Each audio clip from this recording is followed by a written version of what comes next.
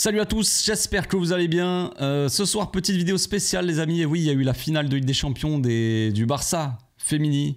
Incroyable victoire 2-0 face à Lyon, leur bête noire. N'avait jamais gagné contre Lyon. Et voilà, c'était le moment aussi de un petit peu la revanche de la finale. Alors pas la saison dernière, parce que le Barça avait déjà gagné la Ligue des Champions la saison dernière, mais la saison d'avant. Il me semble, si je me trompe pas. Et puis voilà, il y a eu le match aussi du Barça B qui s'est très bien fini alors que c'était très mal engagé. Donc pour l'occasion, on va faire une petite vidéo spéciale. On va parler un petit peu des deux sujets. C'est parti.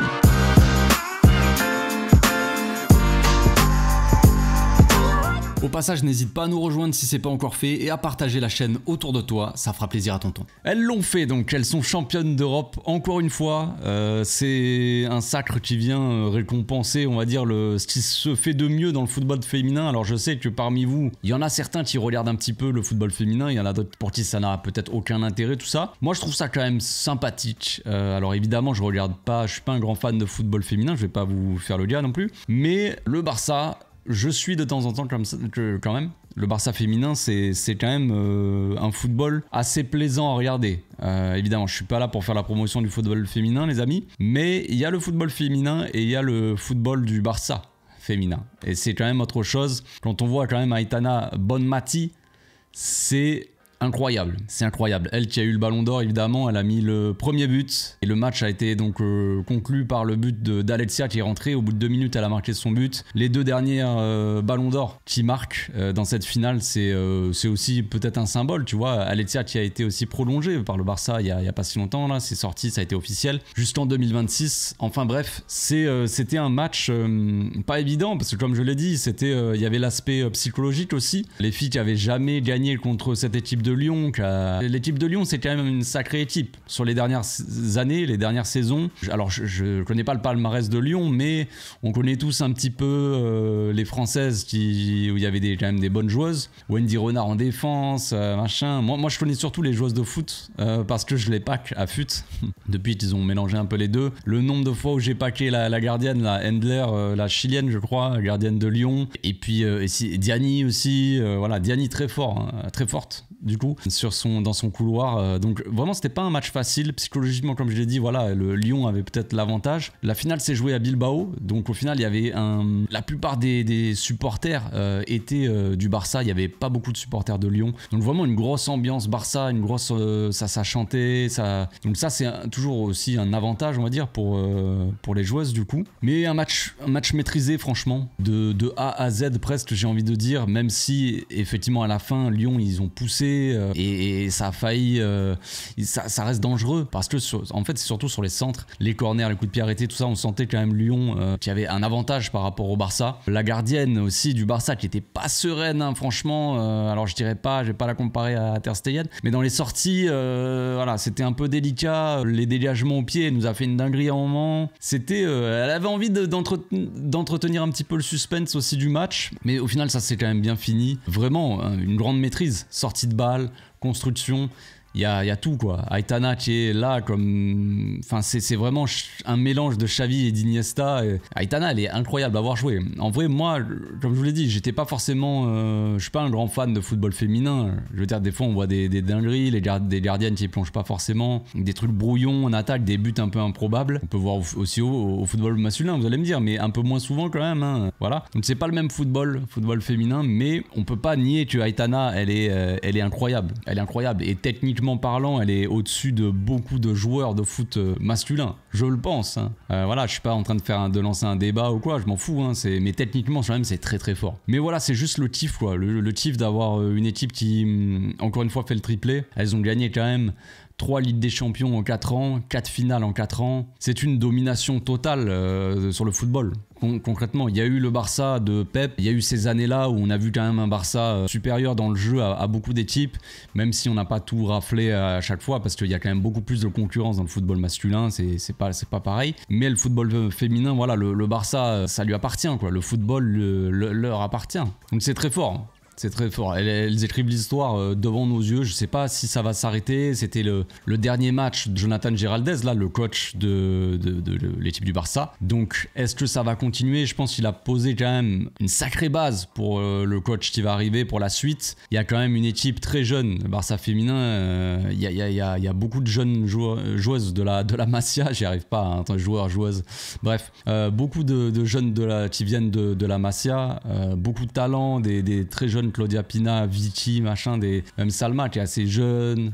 Bref, il y a beaucoup de jeunes joueuses qui jouent pas très souvent, qui sont un peu sur le banc, tu vois. Mais tout ça, ça va pour le futur aussi. Ça a l'air d'être des joueuses, encore une fois, très fortes. Donc je sais pas combien de temps va durer cette domination dans le football féminin. On verra avec le développement de ce football-là aussi, petit à petit. Mais en tout cas, c'est très fort. C'est très très fort ce qu'elles sont en train de faire parce que, encore une fois, un deuxième triplé quoi. Deuxième triplé, après, le Barça est le seul club à avoir fait ça. 2 triplés chez les hommes, 2 triplés chez les femmes. Que dire de plus? Que dire de plus? Franchement. Donc c'est la consécration pour les filles. Est-ce que le Ballon d'Or va être attribué à Aitana, qui est encore une fois monumentale, même si ça se joue pas sur un seul match. Il y a une saison aussi monumentale de Graham. Moi je l'ai dans mon équipe. Sur FUT, elle est sur l'aile droite et elle fait des dingueries. Et là, c'est vrai que sur ce match-là, bon, certes, elle n'a pas marqué, elle n'a pas fait de passe D, je crois pas. Elle a amené énormément d'occasions, elle a mis un petit peu le feu dans son couloir, elle aurait pu marquer aussi. Très forte, elle est en train de faire une très grosse saison aussi. Donc, est-ce que cette fois-ci, ça va être un ballon d'or pour Graham, après Alexia, après Aitana? Est-ce que ça va être Graham? Je ne sais pas, mais ce qui est sûr, c'est que le ballon d'or va être attribué probablement à une joueuse du Barça, encore une fois. Et ça, c'est un peu la preuve aussi qu'il y a cette immense domination du Barça. Enfin bref, je vais pas souligner le match de toutes les filles non plus, parce que franchement, cette équipe-là, je la trouve vraiment très homogène en termes de talent. Vraiment, il y a un talent monumental partout, un peu partout en défense. Bon, la gardienne un peu faible quand même. Voilà, elle est jeune et tout, elle remplace Sandra Paños là qui va partir. Mais beaucoup de talent dans cette équipe. Il y a Rolfeu qui est monstrueuse, il y a Bronze de l'autre côté qui est quand même très solide, Paredes très solide, Edgen aussi qui est milieu de terrain normalement qui joue en défense très solide, Patry très solide. Voilà, toutes les joueuses sont vraiment fortes quoi en fait. Le seul un petit peu bémol, c'est pendant ce match, c'est une fois qu'on arrive en attaque, une fois qu'on arrive près de la surface, ça bégaye un peu et ça fait souvent un petit peu, ça se débarrasse un peu trop du ballon des fois, mais bon, ça c'est peut-être aussi un petit peu le normal, je sais pas. Je saurais pas vous dire. Bref, on va passer au football du Barça B. Le Barça B qui a gagné son match 2-1 contre le Celta Vigo, les amis, c'était incroyable. C'était vraiment un match très très compliqué dans des situations un peu complexes. C'était à l'extérieur déjà de base. Il y avait quand même la grosse pression de savoir à quelle place on va finir. Malheureusement, le Barça, même si on a gagné ce match-là, on finit quand même 3e. Le Barça B finit 3e de son championnat. Donc ça veut dire quand même qu'ils vont jouer les playoffs. Ils vont jouer la montée. Voilà, s'ils affrontent au niveau alors s'ils affrontent des équipes dans les playoffs, s'ils affrontent une équipe et que ça se finit à match nul, il y a peut-être pas de séance de penalty en gros, c'est par rapport au classement, tu vois. Donc s'ils affrontent le deuxième et qu'il y a match nul, c'est le deuxième qui va passer. C'est ça le problème, c'est pour ça qu'il fallait absolument finir deuxième. Malheureusement ça n'a pas été le cas, mais ils sont allés chercher la victoire parce que c'est assez incroyable les amis. Début de match, une entame de match très compliquée, comme j'ai dit, à l'extérieur sous la flotte, il y avait une averse totale, très compliqué de jouer voilà, sous la pluie comme ça. Et entame de match assez mauvaise parce qu'au bout de même pas 10 minutes, au bout de 8 minutes, on prend un but un peu gag, passe en profondeur pour l'attaquant du Celta Vigo B là qui veut contrôler. En fait, au lieu de contrôler, il dévie la balle et ça va dans les cages, tu vois. Enfin, et le gardien qui arrive pas à la sortir, peut-être qu'il s'attendait pas à la frappe, tout ça. Mais donc un but un peu chanceux, tu vois. Et puis un Celta Vigo qui était très solide, assez agressif dans le pressing, un Barça qui avait un peu de mal à se trouver, à sortir des fois les ballons. C'était compliqué. Franchement, un match, comme je l'ai dit, pas évident. Au final, c'est quand même comme souvent. En fait, c'est Pau Vitor, le meilleur buteur du Barça, probablement un des meilleurs buteurs aussi de la Ligue, je pense, qui remet le Barça à flot, dans le droit chemin, qui vient égaliser après une belle combinaison. Dani Rodriguez, les amis, qui a été titulaire pour la première fois. Dani Rodriguez, pour certains, vous le connaissez, c'est un petit feu follet, un petit ailier qui est très vif, tout ça. C'était la première fois qu'il était titulaire, il me semble. Plutôt réussi son premier match en tant que titulaire, même si c'était pas évident, comme je l'ai dit, c'était un match compliqué. Mais c'est lui qui combine avec Pau Vitor qui vient le trouver, il fait une petite... tac, tu vois. Alors là, comme ça c'est compliqué. Mais la petite passe derrière la jambe d'appui, tu vois. Fait la remise, il joue en 1-2 en profondeur pour Paul Victor qui y va. Paul Victor qui s'emmène le ballon, qui fait un extérieur à moitié pointu extérieur du gauche, alors qu'il est droitier, de l'autre angle, tu vois. Franchement, un but pas évident à mettre, je trouve. Donc Paul Victor qui confirme encore une fois qu'il est le meilleur attaquant du Barça B. Et peut-être que le Barça B va vouloir payer la clause, on va dire. Acheter le joueur, payer l'option d'achat qu'on a sur lui, parce que c'est un joueur qui est prêté par Girone. Il y a une option d'achat, je crois, de 3 millions pour Paul Victor. Après la saison qu'il fait, je pense qu'il mérite. Après, à voir si on monte en Division 2. Peut-être que si on monte en Div 2, eh bien, ils vont le prendre. Si on reste en Div 3, si on ne monte pas, peut-être qu'ils vont pas forcément le garder, tu vois. Je ne sais pas. Et que dire d'Unai, les amis? Unai Hernandez, pour ceux qui ne le connaissent pas, milieu de terrain qui peut jouer un petit peu sur l'aile, mais qui rentre souvent dans l'axe quand il joue sur l'aile. Ou alors un numéro 10, très souvent il est très souvent placé en fait en numéro 10, il aime bien se balader un peu partout, entre les milieux de terrain et la défense. C'est sa zone préférentielle. J'avais déjà sorti une analyse j'avais fait une analyse sur, je crois, Casado et Unai Hernandez en même temps, en début de saison. Je trouvais ça intéressant. Et bref, si vous voulez aller la voir, elle est sur ma chaîne. Et ouais, Unai qui se balade souvent comme ça entre les lignes et qui fait beaucoup de dégâts parce qu'il est très vif, tout sur des petites accélérations, des petites poussées de balles. Il est très bon dans les petits espaces, très bon pour combiner, pour jouer en une touche, voilà, très technique, qui a une bonne frappe aussi. J'aime beaucoup ce joueur, Unai Hernandez, j'aime beaucoup ce joueur et encore une fois, il a marqué, il a été décisif déjà avant même de marquer. Il a été décisif dans le sens où malheureusement, bon voilà, c'est pas forcément voulu, mais il a blessé le gardien adverse. C'est le Tavigo qui avait fait tous ces changements. Donc en fait, ils ont passé un joueur de champ au cage, donc il jouait à 10 à la fin, ce qui a rajouté quand même beaucoup de temps additionnel parce qu'il y a eu la blessure du gardien, il y a eu beaucoup de changements, il y a eu pas mal de contacts, d'arrêts de jeu, tout ça. Donc il y a eu 12 minutes de temps additionnel et au final, c'est quoi, la 98e, quelque chose comme ça, une petite combinaison entre Mardiou qui était rentré aussi, Fariñas je crois.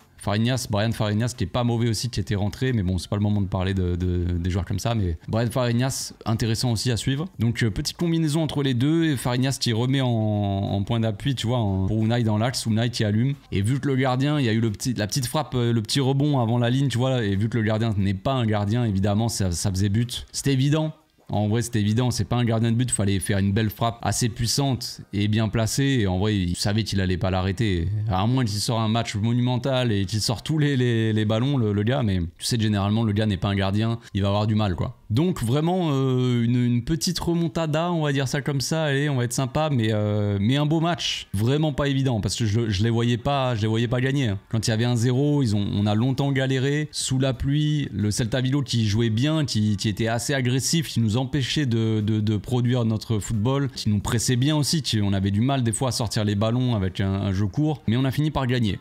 On a fini par gagner avec un grand match encore de Casado, comme toujours. Casado, je ne sais pas quel rôle il aura la saison prochaine, vu qu'on change de coach. Xavi, il n'a pas trop compté sur Casado. D'un côté, parce qu'il n'avait peut-être pas envie de compter sur lui en soi, et d'un autre côté parce que Casado était très important avec la B. Maintenant, il y a peut-être des joueurs qui vont arriver, qui vont monter, et peut-être que Casado, ça va être la saison prochaine, ça va être la saison du choix. Est-ce qu'on compte sur lui, ou est-ce qu'il part tout simplement, ou est-ce que si on monte en Div 2, il va rester en Div 2? Ça, c'est une possibilité, au moins encore un an, tu vois, ça c'est possible, je sais pas. Donc très bon match de Casado. Il y a Olmedo aussi, jeune défenseur qui est à suivre, qui était à côté qui a joué latéral droit, parce que d'habitude c'est Casado qui joue latéral droit. Là il a joué en pivot, Casado, double pivot avec Moa. C'est Olmedo qui a joué latéral droit, qui peut jouer latéral et défenseur central, très bon, à côté de Pelayo et Michael Faye, les deux Axio, et puis Gérard Martin à gauche, enfin bref. Mais bon, voilà, dans l'ensemble, plutôt un bon match, un match de guerriers qui sont allés les chercher au mental, j'ai envie de dire. Très gros match aussi, avec des parades très importantes de Marc Vidal. Cette fois-ci, c'était pas Astralaga au cage, vous connaissez un peu Astralaga pour ceux qui suivent un petit peu les jeunes. Astralaga était très fort. C'était Marc Vidal, donc